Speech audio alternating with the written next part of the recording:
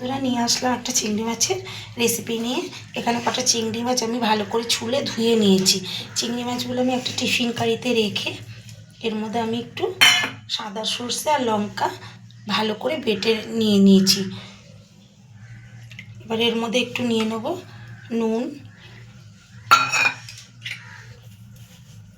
নিয়ে নেব হলুদ,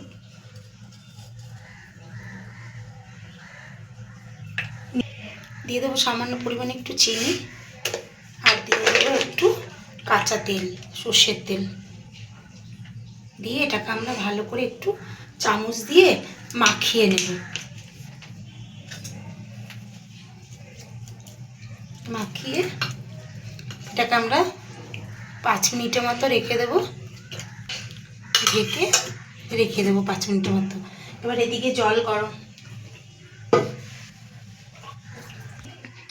এদিকে নিয়ে নিয়েছি কড়াইতে একটু জল দিয়ে নিয়েছি।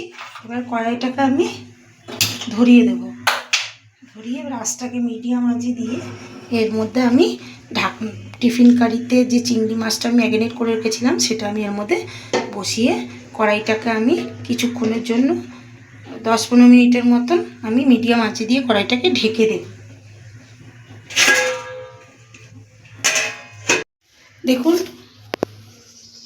আমার আন্দাজ মতন 10-15 মিনিট পর আমি ঢাকনাটা তুলে দিলাম। আমি গ্যাস অলরেডি বন্ধ করে দিয়েছি। এবার আমি আস্তে আস্তে টিফিন কারিটা তুলে নেব।